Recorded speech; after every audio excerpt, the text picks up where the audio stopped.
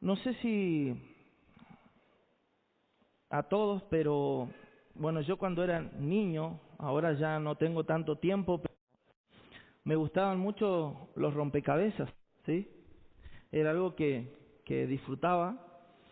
eh, y yo no sé si, bueno, ahora creo que siguen saliendo también de la misma forma. eh, Hay rompecabezas que traen la imagen a la cual nosotros tenemos que copiar para armar el rompecabezas, ¿no? Y hay algunas que no lo traen, entonces lo que ahí hay que hacer una prueba realmente el, la astucia o no sé cómo, la inteligencia, esas cosas. Y bueno, yo cuando era pequeño me encantaba eso. Y si traía la imagen, no la miraba, trataba de hacerla a un lado. Y entonces siempre, consejo de mi abuelo, buscaba las 4 puntas, ¿sí? Y acá, ajá, estas son las 4 puntas del rompecabezas. Y a partir de ahí empezaba a armar todo el contorno y empezaba a cerrarlo, desde afuera hacia adentro. Generalmente la imagen más importante del rompecabezas y por ende la más difícil está en el medio.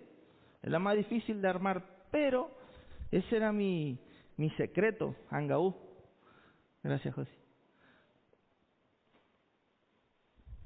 Era armar el rompecabezas toda la vuelta y después hasta que llegaba a la imagen. Y bueno, y a medida que iba armando, me iba imaginando qué podría ser.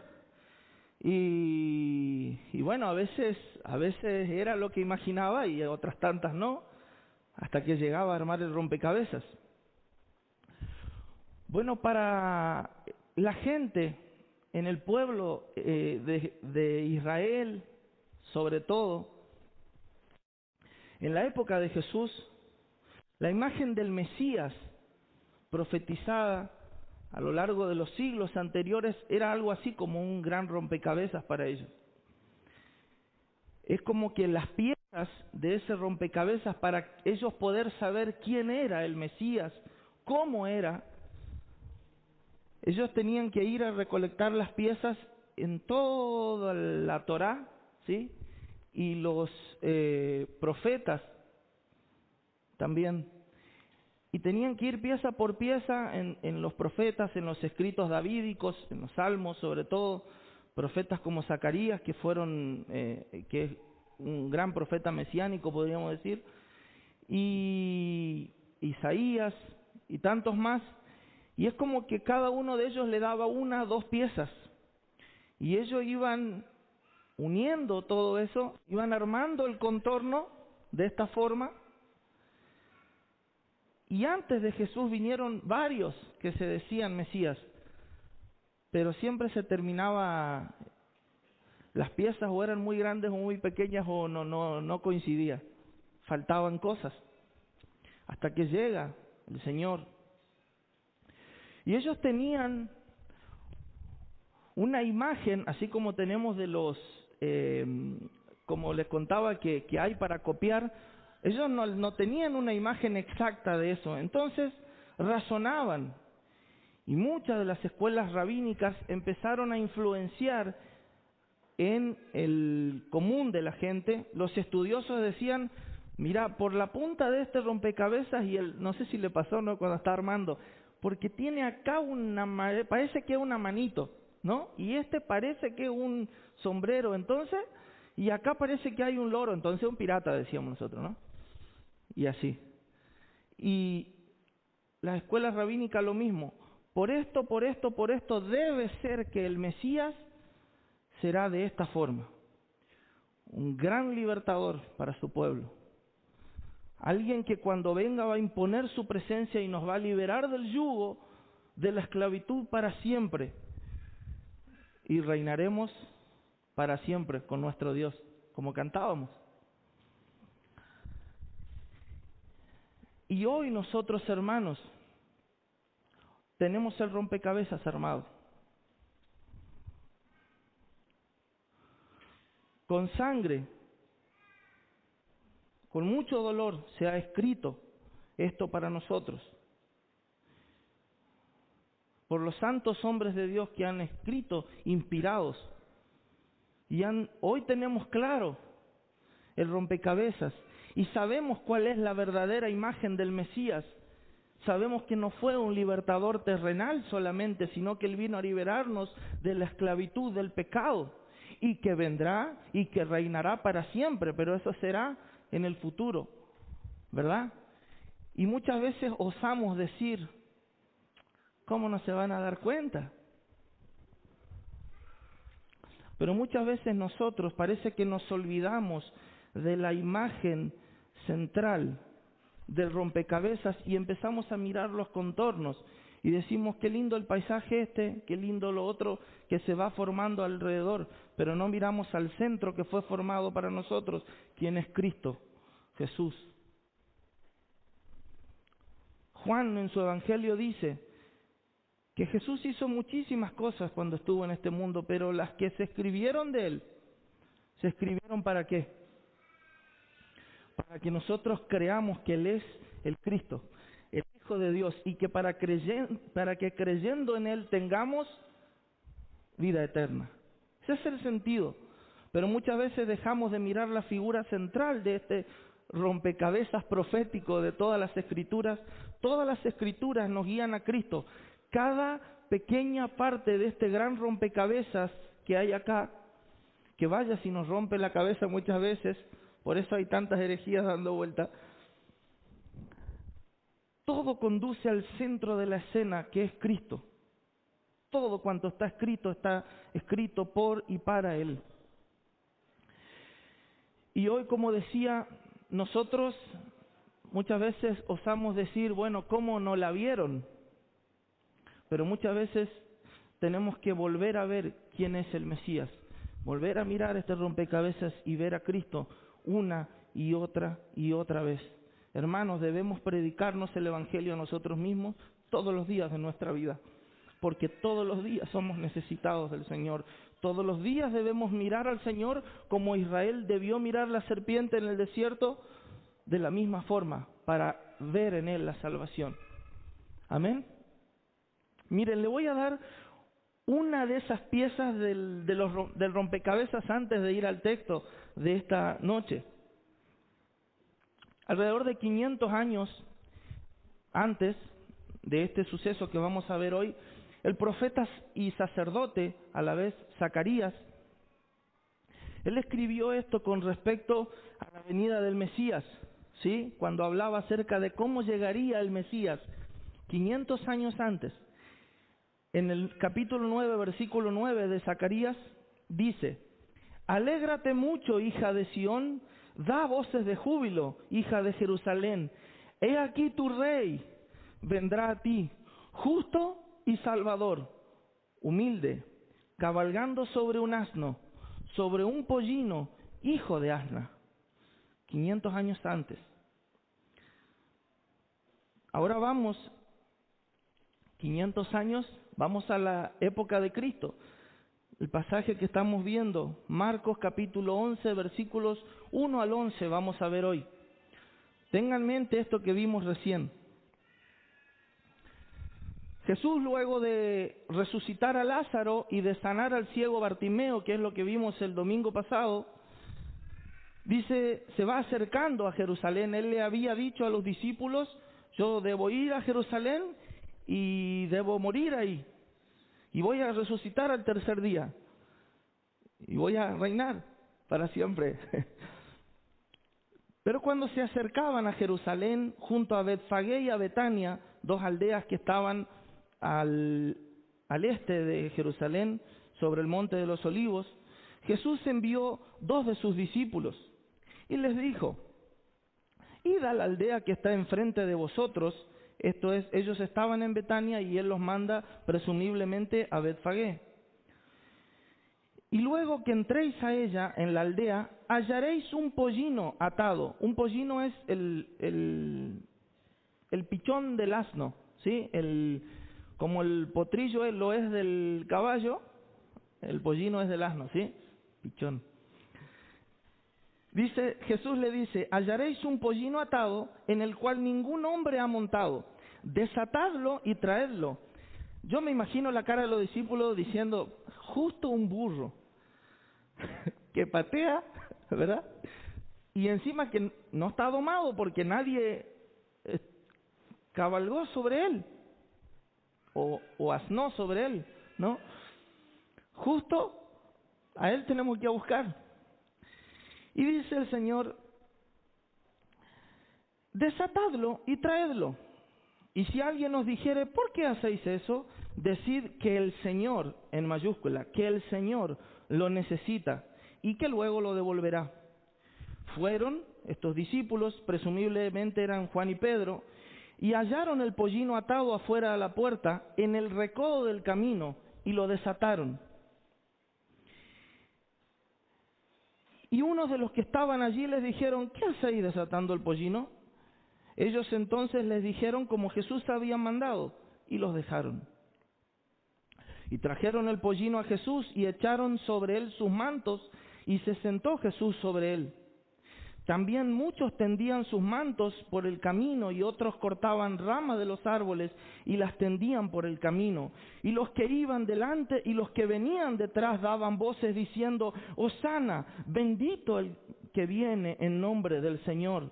Bendito el reino de nuestro padre David que viene, hosana en las alturas. Y entró Jesús en Jerusalén y en el templo, y habiendo mirado alrededor todas las cosas, como ya anochecía, se fue a Betania con los 12. Amén. Este pasaje está lleno de pequeñas lecciones dentro de una lección general. Y la lección general que podemos aprender de este pasaje es que a simple vista parece la coronación de un gran rey, ¿sí? La gente tirando palmas, tirando sus mantos, ahí viene el rey dando voces de júbilo, proclamando la venida del hijo de David, el heredero al trono. Ahí viene, parece una gran proclamación, o la proclamación de un gran rey. Pero no lo es. Pero no lo es. Ese es el punto de lo que vamos a estudiar esta noche. El título es El rey anhelado pero incomprendido. ¿Sí? Jesús era un rey anhelado, pero a la vez fue incomprendido. Y son 2 puntos o 2 encabezados, como dice nuestro pastor, para esta noche. El primer encabezado es la llegada y la disposición del rey. Hasta este entonces, hasta el día donde nosotros estamos analizando el pasaje, Jesús les había dicho a sus discípulos que no hablaran acerca de que Él era el Mesías. Sí, vimos reiteradas veces momentos donde Jesús le decía, no digan a nadie que yo soy. ¿Se acuerdan la famosa declaración de Pedro? Tú eres el Hijo de Dios, el Cristo. Y Jesús diciéndole, no le digan a nadie más todavía. Pero ahora, llegado a este punto, luego de Jesús resucitar a Lázaro e ir hacia Jerusalén, había llegado la hora. Entonces Jesús deja que los demás hablen. No les prohíbe que hablen sobre la resurrección de Lázaro. Por eso una gran multitud va hacia Betania, hacia donde Jesús había resucitado a Lázaro. Y si usted presta atención, dice que se encuentran las multitudes. Los que salían, Jesús manda a avisar a Jerusalén que Él venía, y a la vez los que venían con Él desde Betania siguiéndolo se encuentran y arman una gran procesión digna de un rey. Es impresionante. En ese momento se estaban por celebrar las Pascuas judías, así que en la ciudad de Jerusalén se calcula, según el historiador Claudio Josefo, que era un historiador judío no cristiano de la época, alrededor de 2 millones de personas.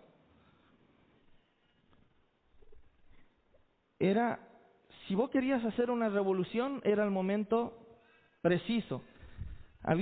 No llegaba a completar la legión romana, muy pocos soldados para contener esa gran multitud de judíos fervientes, con sentimiento, renovando el sentimiento nacionalista, porque ¿qué es lo que festejaban ellos o recordaban? Cuando Dios los había liberado de Egipto.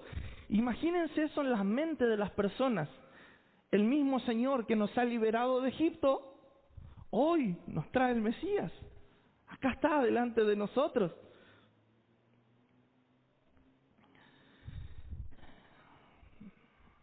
Pero Jesús le había dicho algo a sus discípulos. Y vamos a dejar por un momento la multitud enardecida. Queda ahí esa escena y vamos de nuevo al círculo íntimo de Jesús, sus discípulos. Ellos en este momento se habían quedado con Jesús, con que Jesús le había dicho, voy a Jerusalén, pero yo voy a sufrir, voy a morir. Voy a Jerusalén a morir. Entonces ellos estaban, sus mentes no confundidas, pero abrumadas sería la palabra, por recibir esa noticia. ¿Cómo que el Mesías va a morir? Hasta se olvidaron de la resurrección. Porque después Jesús les recuerda y dice, ¿no le dije que me vayan y me esperen? Pero ante el desconcierto de lo que pasaba con sus discípulos, Jesús hace algo por los íntimos. Les muestra a ellos esta historia del burro que usted dice, ¿qué tiene que ver el burro? ¿Por qué está incluido el burrito acá? Si estamos hablando de la entrada triunfal, eso era para los íntimos, para los discípulos. ¿Por qué? Porque el Señor les llama y les hace ver su omnisciencia, su soberanía, como diciéndoles, miren, todo lo que va a pasar ahora, a partir de ahora, está bajo mi control. Si yo sé que ahí en ese lugar hay un burro, es más, no solamente un burro, sino el hijo de un burro me tienen que traer. Y lo van a encontrar en un recodo del camino, un martillo, como nos gusta decir a nosotros en las calles, ¿no? Y van a tener tal y tal charla con las personas. Imagínense los discípulos viendo eso. El Señor tenía todo bajo control. Él hace eso para demostrarles, miren, quédense tranquilos que si lo del burro va a pasar bajo mi control, que simplemente lo voy a usar para entrar a Jerusalén, todo el resto también está bajo control mío. Él les da la tranquilidad a sus discípulos que todo estaba yendo de acuerdo al plan, que no es que se escapaba algo del control divino. Jesús manda a buscar un animal específico. Fíjense que no le dicen vayan y busquen, porque venía de la casa de Lázaro. Lázaro era una persona rica, probablemente propietario de caballos. ¿Qué le hubiese costado decir de Jesús a Lázaro, Lázaro, un caballo? No, vayan, no un fabuloso corcel, como acostumbraban entrar los reyes. ¿Usted vio alguna vez un rey entrando en un burro? ¿O un presidente desfilando en un... no sé, no quiero hablar mal de ningún auto, pero tratan de, ¿no? Los mejores. Jesús va y elige un pichón de burro. Perdón por el término, hermanos, pero es así. Si un burro es indómito para maniobrarlo, imagínense lo que era un pichón que nunca había sido domado, como le dije. Pero Jesús dice, ese quiero, ese. Y les habla de un lugar en específico. No le dice vayan a una caballeriza, vayan a una granja. No le dice vayan y aplaudan y cuando viene el dueño le dice el que voten en el patio. No. Va a estar atado, va a estar preparado y dispuesto ya como para mí.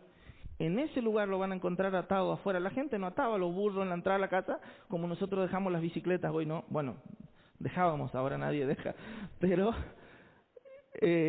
sí, no dejaba al frente el burro. Lo metía en el patio, pero lo encuentran en el frente. Y en tercer lugar, Jesús le predice la conversación específica que habrían de tener, porque Jesús conocía de antemano el corazón de los dueños del animal. Ellos al saber, automáticamente ellos iban a saber que el Señor pide, toma. Esto nos deja una lección pequeña pero muy valiosa para nosotros. Hermanos, a algunos de nosotros a veces el Señor nos pide lo que le pidió a Mateo, que deje su profesión. A veces les pide a otros que dejen sus riquezas, como el joven rico. A otros les pide innumerables cantidad de cosas. Y a algunos simplemente nos pide un burro. No se lo tome literal, por favor, no aparezca con el burro en la iglesia la semana que viene, pero usted me entiende. Pero la disposición tanto de Mateo, que dice, ¿qué hizo Mateo? Se levantó y dejándolo todo le siguió. ¿Qué hicieron los dueños del animal? Que lo lleve. Ni un problema. La disposición de nuestro corazón debe ser servir a aquel que nos lo ha dado todo. Porque ¿qué tenemos que no nos haya sido dado por el Señor? ¿No? Recuerde siempre que es el Señor, el Rey de Reyes y Señor de Señores, quien demanda de nosotros las cosas. Recién fue muy lindo cantar que somos sacerdotes y reyes y reinaremos por siempre con nuestro Dios. Pero para reinar en el más allá hay que servir acá, hermanos. Porque el que quiere ser primero debe ser el último, el servidor de los demás. Así que como burritos de carga para el Señor. ¿Bien? Jesús, el creador y dueño del universo, esto es algo que me llama poderosamente la atención de la vida de Jesús. Jesús entra vestido como un hombre común. Ni siquiera le pidió a Lázaro, préstame una capa porque me tengo que ir presentable como rey. Viene vestido como un hombre común. Jesús vivió en este mundo, a pesar del gran poder que tenía, vivió de prestado y vivió sin ostentaciones. Nació en un pesebre prestado, predicó en una barca prestada, entró a Jerusalén en un burro prestado, murió en una cruz que no debía ser para él, sino para un malhechor, y terminó resucitando 3 días después de una tumba también prestada. Es increíble.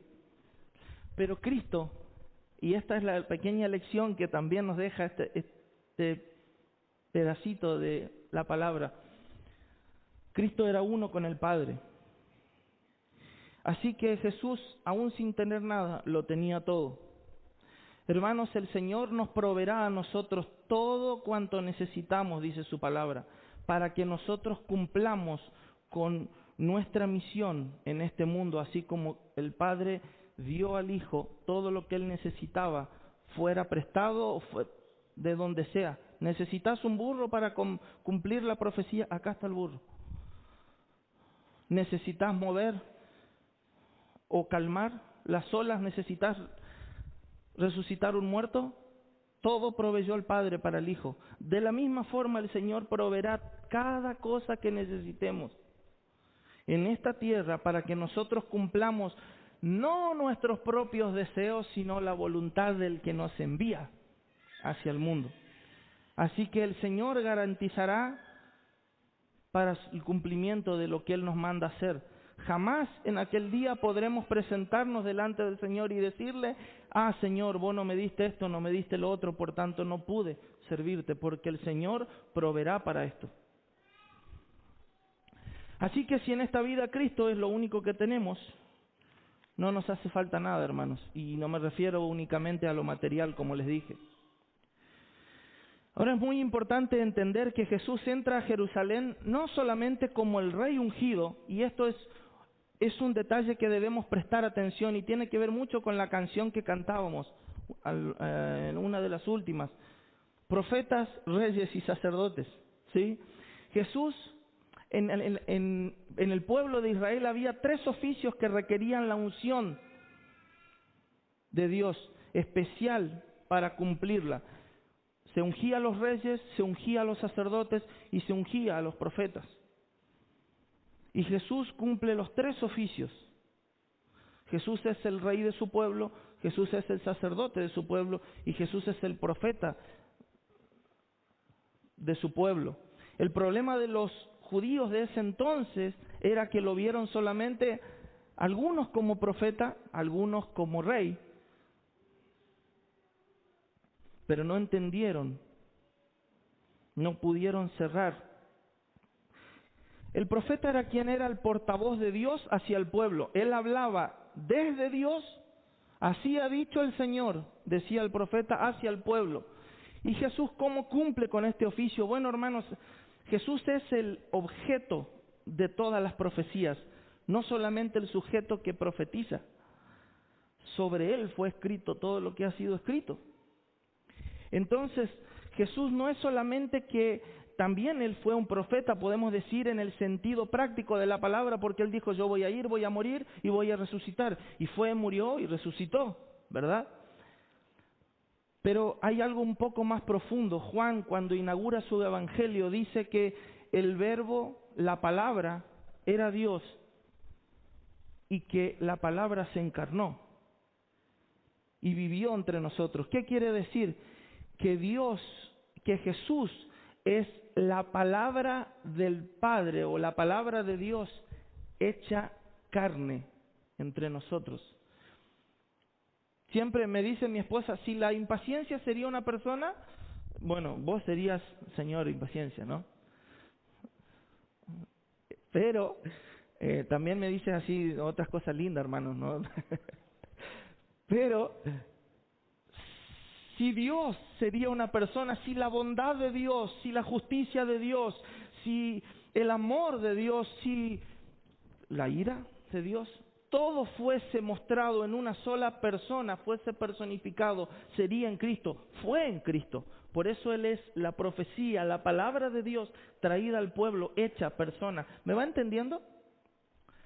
Pero Jesús, esto a nosotros también nos deja una pequeña lección, que es ese Jesús que dijo que fue dicho de Él que vendría y Él vino, ese Jesús que dijo que iba a morir y iba a resucitar, que murió y resucitó, también dijo que volvería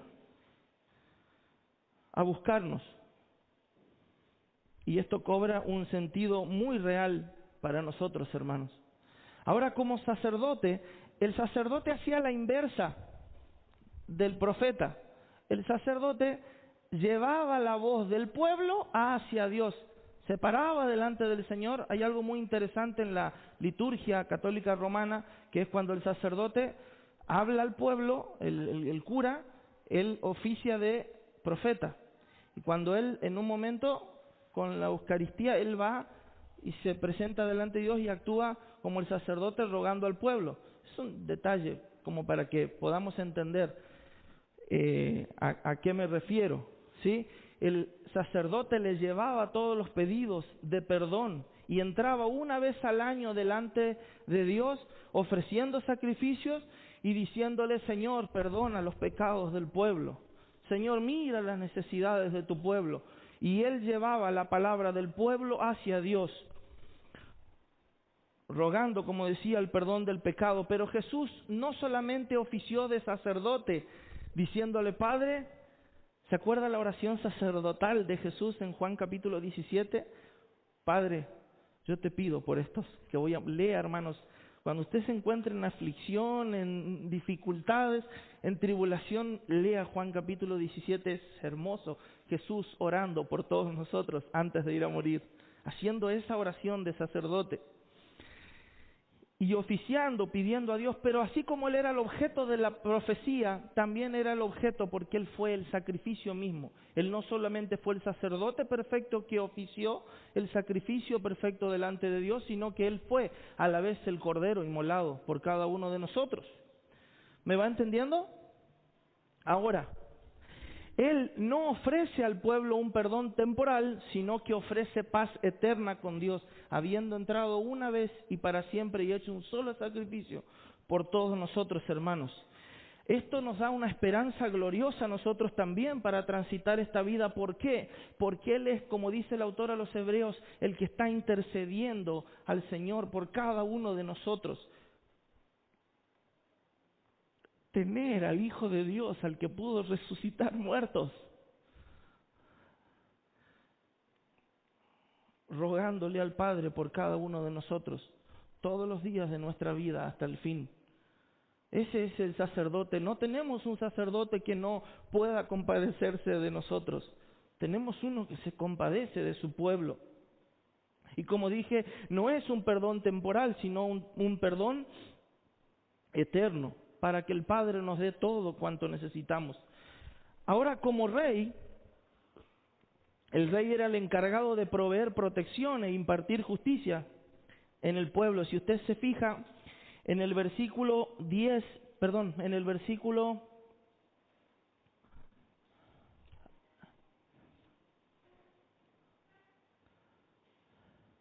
versículo 10 dice: bendito el reino de nuestro padre David que viene. Lo veían como rey. El rey era el encargado de proveer protección e impartir justicia en el pueblo. Pero Jesús se humilló y vivió, como vimos, de prestado en un mundo que era suyo, con tal de servir a su pueblo, y no como viven los reyes y construyen palacios a costa del pueblo. Hizo el trabajo a la inversa. Ahora, Él nos promete que su reino, libre de toda injusticia y peligros, no tendrá fin. Será eterno y no necesitará de una dinastía de hijos en cuales delegar, porque Él será el todo en todos y reinaremos para siempre con nuestro Dios. Y esto agrega una hermosa esperanza para nosotros en cuanto a lo que significa el reinado de nuestro Señor. Juan capítulo 14, Jesús dice, agrega una promesa y dice: en la casa de mi Padre muchas moradas hay. Voy pues a preparar lugar para vosotros. Yo vendré otra vez y os tomaré, para que donde yo estoy, vosotros también estéis. Hermanos,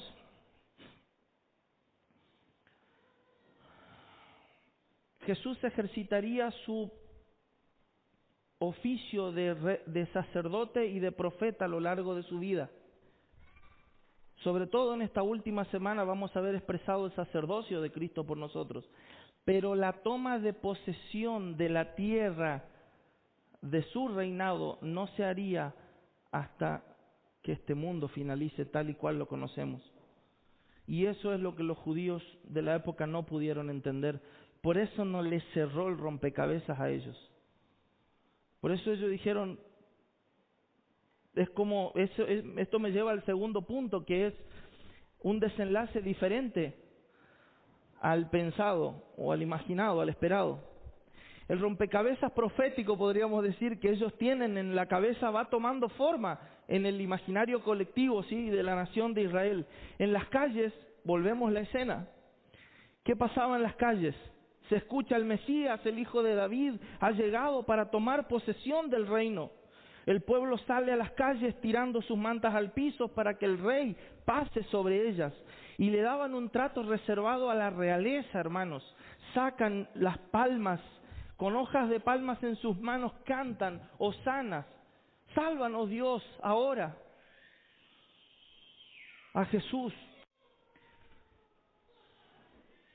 Y lo hacen todo como celebrando una victoria por anticipado, porque generalmente se recibía con palmas en la entrada de una ciudad, de la ciudad capital, o en una coronación, o cuando el rey volvía victorioso de una guerra. Pero a Jesús lo reciben antes, como diciendo: pero, escúchame, con 5 panes y 2 peces alimentó más de 5,000 personas. Resucitó a su amigo. ¿Quién nos va a detener ahora? ¿Qué puede detenernos de conquistar el mundo? Celebremos. Celebremos. Ha llegado el rey y Él nos va a dar el dominio, nos va a liberar de la esclavitud de los romanos. Y ahora sí, vamos a vengar las muertes de todos los que sufrieron. Ahora sí reinaremos. Ahí viene el Mesías para esto. Sin embargo, el rey tiene planes muy diferentes a los que ellos imaginan. Y la figura que ellos imaginaban en el centro del rompecabezas no es la que está empezando a verse. Jesús no da un discurso motivacional arengando al pueblo a rebelarse en pos de sus sueños de libertad personal, sino que Jesús se empieza a lamentar sobre Jerusalén y llora y dice: Jerusalén, Jerusalén, que matas a los profetas y apedreas a los que te son enviados. Cuántas veces quise juntar a tus hijos como la gallina junta sus polluelos debajo de las alas y no quisiste. He aquí, dice Jesús, tu casa, vuestra casa, os es dejada desierta. Imagínense la gente, ¿cómo? Nuestro rey nos está diciendo que seremos destruidos. 40 años después de que Jesús murió y resucitó y ascendió a los cielos, Jerusalén fue arrasada por el emperador romano Tito. Fue destruida totalmente. El templo fue destruido. Y hasta el día de hoy, Israel no tiene más rey, no tiene más sacerdote, no tiene más profeta. Hasta que, como Jesús dijo, me veréis en aquel día. Las palabras del Señor son serias. El Señor no viene con discursos motivacionales a nosotros. El Señor viene predicando el reino del arrepentimiento y del perdón de pecados. Jesús, despreciando todo el protocolo y el ceremonial humano, no se dirige a tomar el palacio. Generalmente los reyes, cuando entraban a la ciudad, dirigían toda su procesión hacia el palacio para poder... ¿Qué era el palacio? El símbolo del poder y del gozo mundano, terrenal. Desde el palacio se gobernaba. Jesús va hacia el templo, el lugar donde se sacrificaba, donde se pedía perdón por los pecados, el lugar de humillación, de sacrificios, de ruego. Y Él va con la intención ahí de limpiarlo y restaurar la adoración a su Padre. Pero para restaurar la adoración había que limpiarlo. Como vamos a ver domingos siguientes, había que limpiarlo de las codicias humanas. Jesús no dirige a su pueblo hacia una conquista por la fuerza. Él no alienta una revolución como habían hecho los macabeos cientos de años antes, o como imaginaba Simón el Celote al empezar a seguir a Jesús, sino que Jesús plantea una revolución que va en la conquista de la mente y los corazones, por medio de la predicación pacífica de su evangelio y la dependencia total de la obra del convencimiento del Espíritu Santo. Es muy distinto a lo que se esperaban. Dice John MacArthur, esto fue una falsa coronación. ¿Por qué?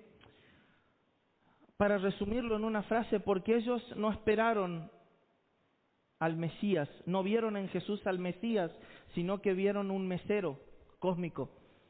¿Sí? Oh, dio panes y peces, nos va a alimentar. Oh, resucitó muertos, resucitará nuestros muertos, vamos a la guerra. Lo usamos de lo que sea. Jesús no es un mesero cósmico, hermanos.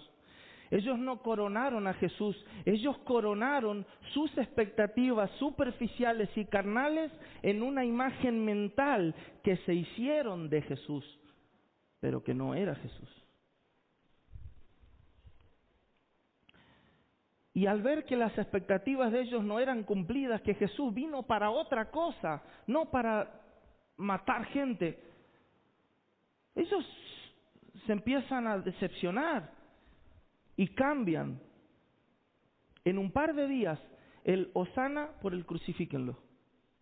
No faltó mucho tiempo, 2 o 3 días suficiente. Pasaron de decirle, hosana, el hijo de David, mátenlo, cuélguenlo de la cruz. Así es el hombre, hermanos, de cambiante. Pero nuestro Señor muestra su inmutabilidad, que a pesar de nosotros, Él siguió y murió por cada uno de nosotros. Ellos amaron los hechos de Jesús, y cuando digo ellos, prestémonos atención y hagamos de cuenta que estamos mirándonos en un espejo, porque muchas veces nos pasa esto, hermano, y es para nuestra advertencia, para que no nos vuelva a pasar lo mismo. ¿Cuál es el sentido de estudiar la historia? El no volver a cometer los mismos errores. Por eso estamos viendo esto. Ellos esperaron, ellos amaron los hechos de Jesús. Todo lo que Jesús hacía por ellos estaba bien, pero ¿Qué pasó? No prestaron atención a sus palabras. Está bien todo lo que vos haces, pero lo que vos decís, sí. Y después terminaron odiando sus palabras. Peor aún, por no prestarles atención. ¿Por qué? Porque las palabras de Jesús, por un lado, mostraban, o sea, Él es luz y vino a este mundo. Y con su luz, Él, ¿qué hace la luz? Disipa las tinieblas. Entonces Jesús con sus palabras empieza a mostrar, por un lado, empieza a mostrar a los fariseos y a los líderes religiosos, los oscuros corazones de los religiosos de la época, que no fueron capaces de arrepentirse y confesarse pecadores con tal de conservar la comodidad de sus posiciones sociales. ¿Por qué quisieron matar a Jesús? Para que no haya revuelta con el imperio y nosotros sigamos así como estamos, dijeron los líderes judíos. No sea cosa que se enojen los romanos y nos quiten la posición de privilegio que tenemos. Entonces, que lo maten. Pero también Jesús expuso algo en el pueblo, algo muy terrible. El pueblo estaba deseoso de poder y de liberación, pero sin deseos ni de pedir ni de dar perdón tampoco. Ellos no querían perdonar la vida de sus enemigos. Ahora vino el rey, ahora sí. Se encolumnarían detrás de Jesús si Jesús pidiera que lo hagan para ir a combatir la opresión del gobierno romano. Pero lo pidieron a gritos que lo crucifiquen cuando Él pidió purificación interna de la opresión del pecado de cada uno. Esperaron ver otro tipo de rey al armar el rompecabezas. Ellos querían ver un príncipe sanguinario, demoledor, que armara un ejército y que avanzara y que les repartiera los despojos, tierras, riquezas, bienestar. Pero Jesús vino, como dice Isaías y como precisamente lo presenta Marcos, como un siervo. Como un siervo. Y esto me lleva a un pasaje muy conocido, que ellos tenían esa pieza de rompecabezas, pero dijeron, este no va en ningún lado, acá no encaja. Isaías 53, hablando sobre Jesús, dice, Él subirá esos 700 años antes, hermanos, de que Jesús viniera. Esta es otra pieza del rompecabezas, ya voy terminando. Dice, subirá como raíz de tierra seca, no hay parecer en él ni hermosura, le veremos más inatractivo para que le deseemos, despreciado y desechado entre los hombres, varón de dolores, experimentado en quebranto, fue menospreciado, le tuvimos por azotado, por herido de Dios y abatido, y angustiado él y afligido no abrió su boca, como cordero fue llevado al matadero, y como oveja delante de sus tranquiladores enmudeció y no abrió su boca, por cárcel y por juicio fue quitado, y su generación ¿quién la contará? Porque fue cortado de la tierra de los vivientes, y por la rebelión de mi pueblo fue herido. Y se dispuso con los impíos su sepultura, aunque nunca hizo maldad, ni hubo engaño en su boca. Con todo eso Jehová quiso quebrantarlo, sujetándole al padecimiento. Esta imagen no puede ser que el Mesías sea esto. Perdónenme, pero no acepto, ¿no? Algo así. No quiero. Ese no. Dame el que me da poder, el que me empodera. Sin embargo, tal vez la verdad más incómoda que el pueblo no supo o no quiso entender fue que la figura del Mesías prometido, presentada por Isaías, no era la de un rey libertador del yugo romano, sino la de un siervo humilde y sufriente que no vino a destruir a sus enemigos terrenales, sino a morir por ellos y encima darles parte en su reino. Viene el rey y te dice, yo no quiero matar que se mate a los enemigos, yo quiero que ustedes amen a sus enemigos, que oren por ellos, que los bendigan y que les lleven el evangelio para que ellos también pertenezcan a mi reino. No, Jesús, no. ¿Sabe qué? Morite, Jesús.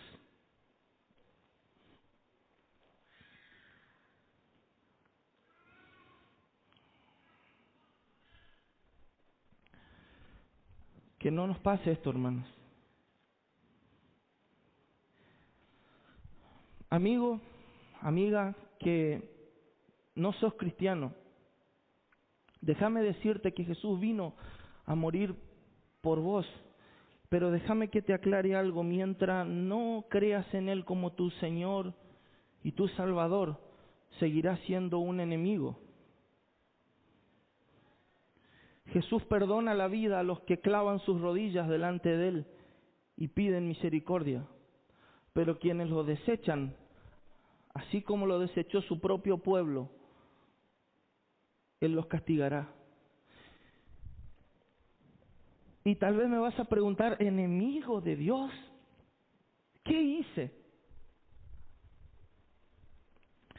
Como dice el doctor Sproul, nosotros somos criaturas insignificantes que hemos sido formadas desde el lodo y hemos tenido el atrevimiento de darle la espalda al Creador.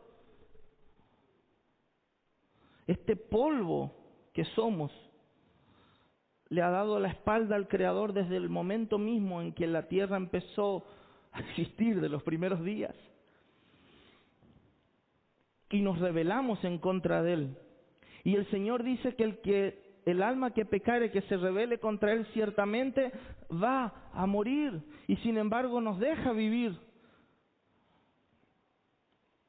Para que nos arrepintamos, ha mandado a su Hijo a morir por todos aquellos que se arrepienten. Y tal vez me diga: pero ¿cómo que yo pequé? Yo no estuve ahí en el huerto con Adán y Eva para desobedecerle. No merezco la muerte, no soy enemigo de Dios. Yo no maté a nadie, yo nunca robé.